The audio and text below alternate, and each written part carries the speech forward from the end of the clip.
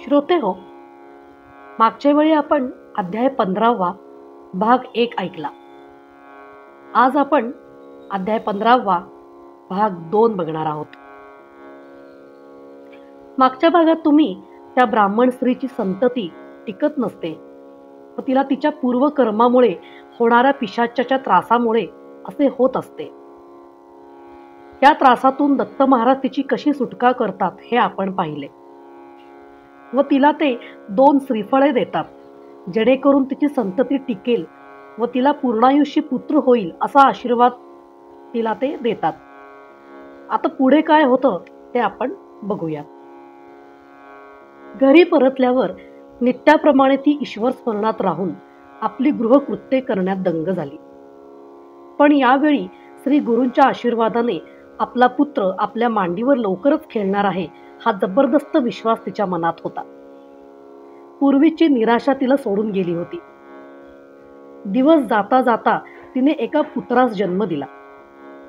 पाठोपाठ 2 वर्षाच्या अंतराने तिने दुसऱ्या पुत्रास जन्म दिला. अशा प्रकारे श्री गुरूंच्या आशीर्वादाने तिच्या घरात ती 2 बालके खेळू बागडू लागली. होता होता पहिला मुंजीच्या वयाचा झाला व दुसरा 3 वर्षाचा झाल्यामुळे त्याचे चौलकर्म करण्याची वेळ समीप आली. एकाच दिवशी हे दोन्ही कार्यक्रम उरकण्याचं ठरवून त्याप्रमाणे मुहूर्त नक्की केला.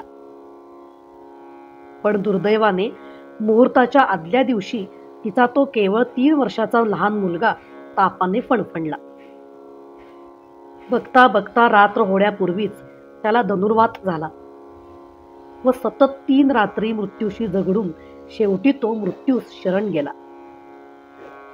या जगताचा त्याने निरोप घेतला.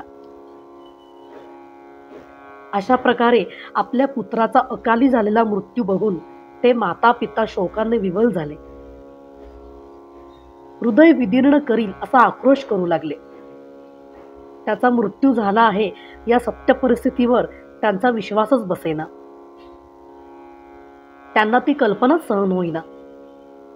श्री गुरूंनी दिलेल्या प्रसादरूपी श्रीफळांच्या भक्षणानंतर जन्मलेल्या व त्यांच्याच वचनानुसार पूर्णायुषी होणारा हा पुत्र वयाच्या 4थे वर्ष पाहण्यापूर्वीच मृत्यूच्या ताडेत कसा काय जाईल हा प्रश्न माता पिता प्रत्येकाला विचारत होते.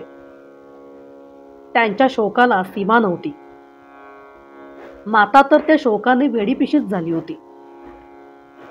त्या कलेवरावर पडून त्या बाळाचे एक एक बोल गुण खोड्या आठवून आठवून ती अविरत आक्रोश करत होती. कपाळ सारखे जमिनीवर आपटल्यामुळे कपाळातून ठिबकणारे रक्त आता चेहऱ्यावर ओघळले. जमलेल्या नातेवाईकांस शेजाऱ्यांस हा तिचा शोक पाहावेना. त्यांनी अशा प्रसंगी सामान्यतः जे जे काही सांगितले जाते ते ते सांगून तिची समजूत काढण्याचा प्रयत्न केला. शोक आवरून प्रेत अंत्यसंस्कारासाठी देण्यास तिची विनवणी ते करू लागले. माता म्हणू लागली, हा माझा पुत्र म्हणजे मी देह कष्टहून श्रद्धापूर्वक केलेल्या श्री गुरूंच्या सेवेचे मला मिळालेले फळ आहे. या फळाचा अकाली नाश होणार नाही आणि असे जर घडले तर श्री गुरूंनी मला अशा प्रकारे फसवले तर त्यांना भक्तवत्सल, दयाघन, कृपाळू, सत्यवचनी कोण म्हणेल? त्यांच्यावर विश्वासून कोण राहील? हा माझा बाळ तापाशी झगडून थकून झोपला आहे. थोड्या वेळाने तो उठणार आहे. त्याला नेऊ नका. मी तुमच्या पाया पडते. तुम्ही त्याला हात लावू नका. जबरदस्ती करू नका. जबरदस्ती करणारच असाल तर माझ्यासह त्याला अग्नी द्या. असे म्हणून तिने ते प्रेत आपल्या पोटाशी धरले. सर्वांकडून तिची समजूत घालण्याचे व ते प्रेत हाती घेण्याचे प्रयत्न सारखेच चालू होते. वेळ होता होता तो संपूर्ण दिवस संपून दुसऱ्या दिवशीची दुपार झाली. ती शोकाकुल माता एखाद्या वाघिणीप्रमाणे चवताळून उठायची व प्रेताचे रक्षण करायची. कोणालाही स्पर्शही करू देईना. कोणाला स्पर्शही करू देईना. तेथे जमलेल्या सर्वांना काय करावे तेच सुचेना. अकस्मात त्यावेळी तेथे एक तेजस्वी चेहऱ्याचा बाल ब्रह्मचारी आला व अत्यंत आर्जवी व मधुर शब्दात तो त्या मातेला म्हणाला, माते, वृथा शोक करू नकोस. जन्मास आलेल्या प्रत्येकाचा मृत्यू म्हणजेच नाश होणारच आहे. या जगाचा तो नियमच आहे. हा मृत्यू कोणीही थांबवू शकला नाही, थांबवू शकणार नाही. देवादिकांनाही हे कधी शक्य झालेले नाही. जन्म घेणाऱ्या सर्व प्राण्यांच्या या वस्तीस्थानाला जग असे म्हणतात. जग हा शब्द 2 अक्षरांचा आहे, पण त्यात फार मोठा अर्थ दडलेला आहे. पहिले अक्षर ज हे जनन या शब्दाचे पहिले अक्षर असून दुसरे ग हे अक्षर गमन या शब्दाचे पहिले अक्षर आहे. जनन व गमन या 2 शब्दांची पहिली अक्षरे घेऊन जग हा अर्थपूर्ण 2 अक्षरी शब्द अस्तित्वात आला आहे. याचा अर्थ असा की जनना पाठोपाठ गमन अपेक्षित आहे, नव्हे ते त्याला जोडलेलेच आहे. मानवासह सर्व प्राण्यांच्या या वस्तीस्थानावर प्रत्येक क्षणी जनन व गमन अव्याहतपणे चालू आहे. ही प्रक्रिया कधीच थांबणार नाही आणि कोणी थांबवूही शकणार नाही. सर्व शक्तिमान प्रभू रामचंद्रांना हे गमन चुकवता आलं नाही. सर्व सत्ताधीश भगवान गोपालकृष्णांनाही गमन करावेच लागले. सर्व साधू संत संन्यासी यांनीही गमन केले. हे सर्व माहीत असताना शोक तो कशाचा करायचा?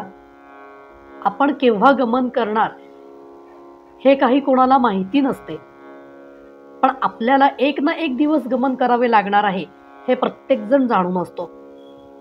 तेव्हा हा देह नश्वर आहे, क्षणभंगूर आहे, हे लक्षात ठेव. जन्म झाल्यावर कोण किती वर्षे, महिने, दिवस, तास, क्षण या पृथ्वीवर श्वास घेत राहणार हे त्या जन्म घेणाऱ्याच्या प्रारब्धावर अवलंबून आहे. तू हा माझा मुलगा गेला म्हणून शोक करतेस, पण खरे पाहता तो तुझा नव्हताच. ही सर्व नाती मानवाने मायेपोटी निर्माण केली आहेत. कोण कोणाचे नसते. प्रत्येक जण एकटा जन्माला येतो व आपला परतीचा प्रवासही एकटाच करतो.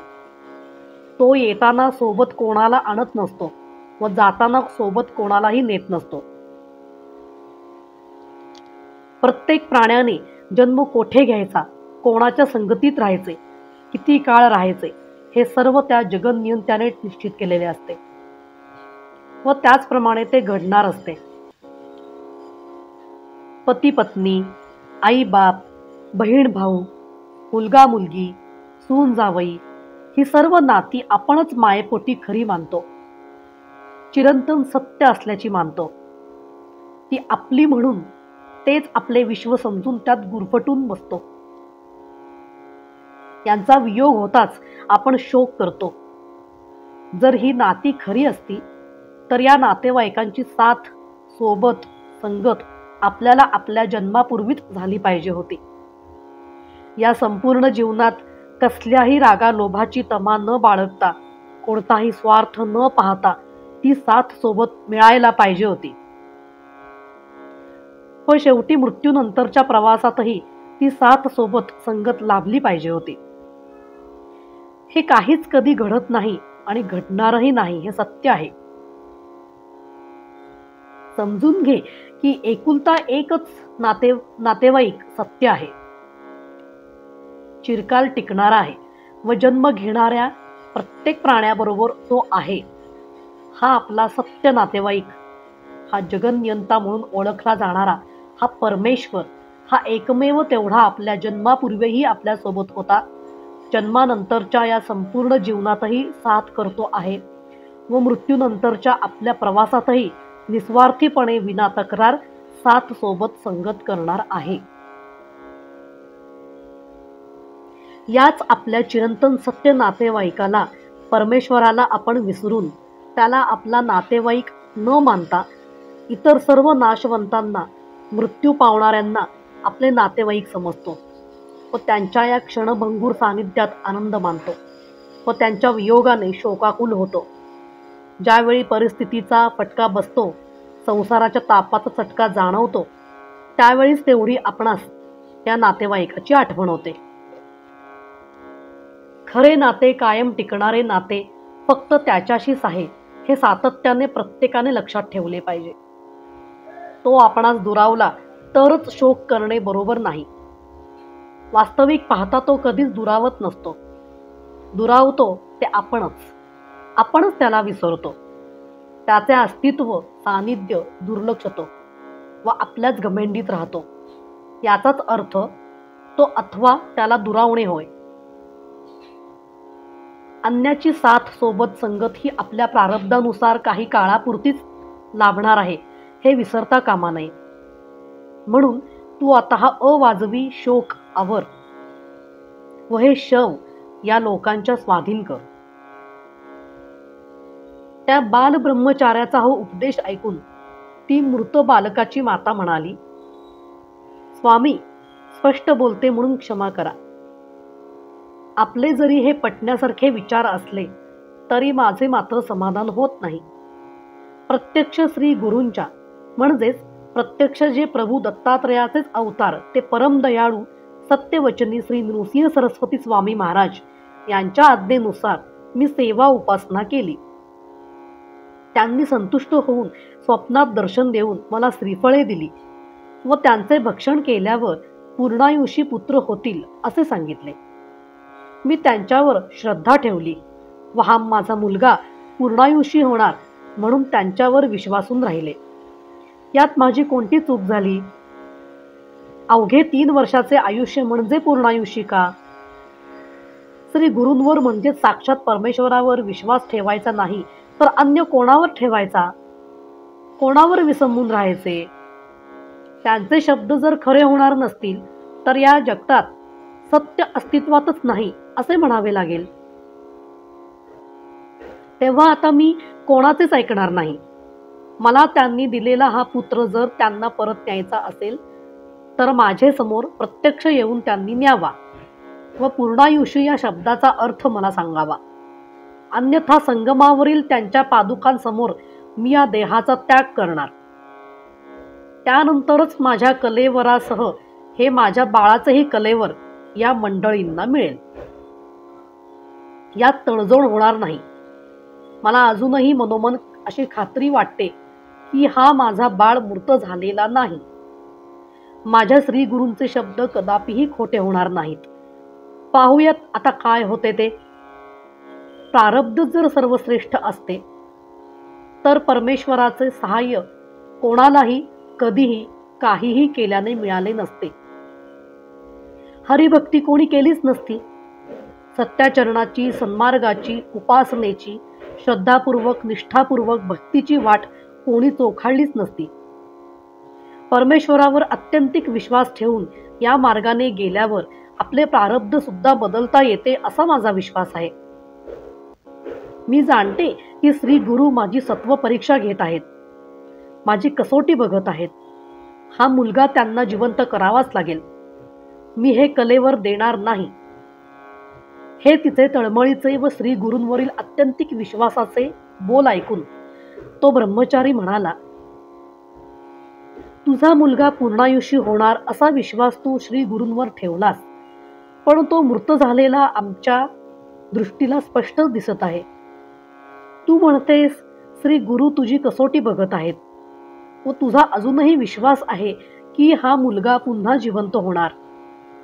तुझी हरिभक्ती अत्यंत श्रेष्ठ दर्जाची असेल, तुझी श्रद्धा निष्ठा अत्यंतिक तळमळीची असेल तर त्या दयाळू परमेश्वराला तू तुझे प्रारब्ध बदलण्यास भाग पाडशील. क्वचित कोठे घडणारे असले तरी ते अगदीच अशक्य नाही. तेव्हा आता विलंब न लावता कृष्णा पंचगंगा संगमस्थानी प्राप्त झालेल्या आशीर्वादाचे हे फळ तू तेथे घेऊन जा व त्या संगमस्थानावरील औदुंबर वृक्षाच्या तळी असलेल्या पादुकांसमोर ठेव. तुझे सर्व विचार त्यांना सांग, तेच तुला मार्ग दाखवतील. जा, विलंब करू नकोस.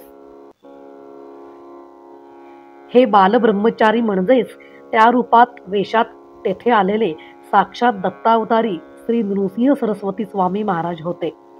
व खरोखरच तिच्या कल्पनेनुसार तिच्या भक्तीचा, निष्ठेचा ते कस बघत होते. त्यांचे हे बोल ऐकून ती स्त्री ते प्रेत आपल्या पोटाशी बांधून कृष्णा पंचगंगा संगमस्थानावरील म्हणजेच नृसिंहवाडी येथे त्या औदुंबर वृक्षापाशी गेली. त्या औदुंबर वृक्षातळी असलेल्या पादुकांसमोर तिने ते प्रेत ठेवले व आपल्या मनातील प्रश्नांची, विचारांची तिने तेथे उजळणी केली. तिला आपल्या मनीचा शोक आवरता आला नाही. पादुकांवर आपले मस्तक आपटून आपल्या रक्ताने त्या भिजवल्या व हंबरडा फोडून श्री गुरूंना सहाय्यार्थ येण्यासाठी हाका मारू लागली. नाना प्रकारे पुत्राचे प्राण परत करण्याची त्यांना आर्ततेने विनंती करू लागली. होता होता रात्र झाली. सोबत आलेले नातेवाईक, शेजारी यांनी ते प्रेत आपल्या ताब्यात घेण्याचा येथेही प्रयत्न करून पाहिला, पण ती माता कशालाच बधेना. रात्री त्या जंगलात राहणे इष्ट न वाटल्याने दुसऱ्या दिवशी सकाळी परतण्याचा व प्रेताचा अंत्यसंस्कार करण्याचा विचार करून ते नातेवाईक व शेजारी आपापल्या घरी परतले. तेथे आता त्या प्रेतासमवेत फक्त माता पिता तेवढेच उरले होते. आजची ही दुसरी रात्र होती. आदल्या दिवशी सकाळी त्या मुलाची प्राणज्योत मालवली होती. त्यावेळेपासून त्या मातेचा, त्या पित्याचा अन्न पाण्याविना अव्याहत शोक चालू होता. निद्रेविना, मनशांतीविना, अन्नाविना त्यांची मने व शरीरे पार थकून गेली होती. तेथील नदीवरील थंड वाऱ्याने, त्या जंगलातील नीरव शांततेने त्यांना अनावर झोप येत होती.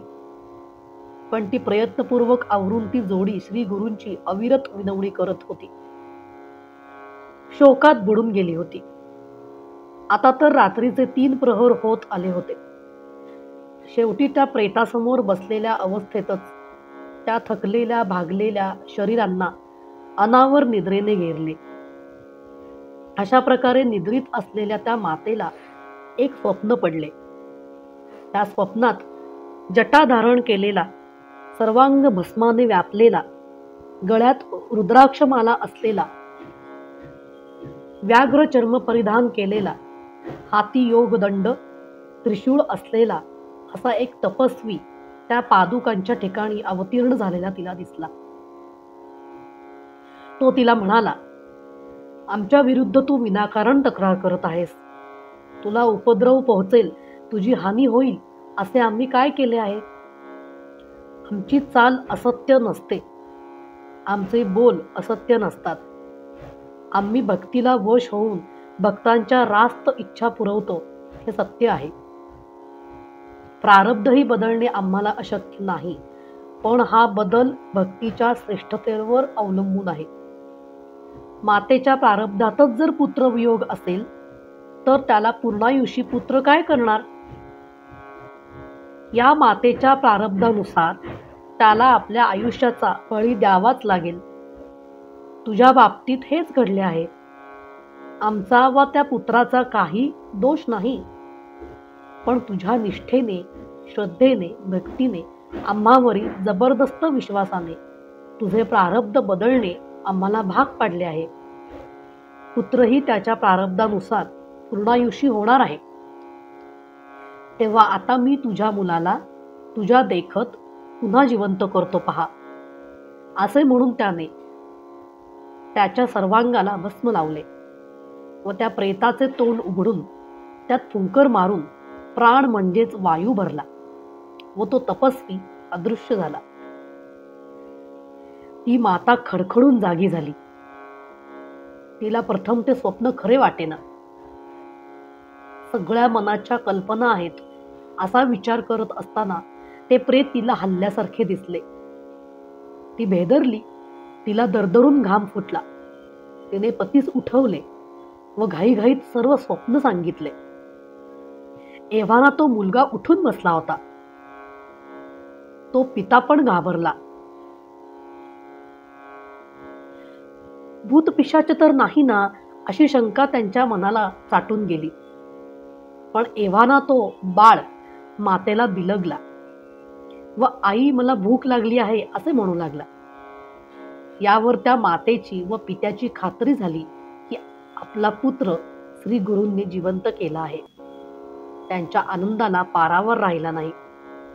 परमेश्वराला दोष दिल्याबद्दल, श्री गुरूंवर अविश्वास दाखवल्याबद्दल त्या जोडीस मनस्वी खेद झाला. त्यांनी त्या पादुकांवर लोळण घेऊन श्री गुरूंची मनपूर्वक क्षमा मागितली. नदीतून पाणी आणून त्या पादुका स्वच्छ केल्या. पुत्रासह नदीत स्नान करून पादुकांचे औदुंबर वृक्षाचे अत्यानंदाने कृतज्ञतापूर्वक भक्तिभावाने पूजन केले. त्यांची स्तुती गात, त्यांची वारंवार क्षमा मागत त्यांचे भोवती प्रदक्षिणा घालण्यास सुरुवात केली. सूर्योदय होण्यास थोडा अवधी असताना नातेवाईक व शेजारी आज काही झाले तरी प्रेतास अग्नी द्यायचाच असा निश्चय करून तेथे परतले. परतताच माता पिता मुलासह औदुंबर वृक्षाभोवती अत्यानंदाने प्रदक्षिणा घालत असलेले बघून आपणास वेळ तर लागले नाही ना, आपण स्वप्नात तर नाही ना, पाहतो हे दृश्य सत्यच आहे ना, असे एकमेकांना विचारू लागले. काही क्षणातच त्या दृश्याच्या सत्यतेबाबत त्यांना खात्री पटली व तेही त्या आनंदात सामील झाले. श्री गुरूंच्या अलौकिक शक्तीची त्यांना जाण झाली. त्यांनी श्री गुरूंचा जय जयकार करून सर्व आसमंत दणाणून सोडला. काही तासातच ही बातमी वायुवेगाने सर्वत्र पसरली.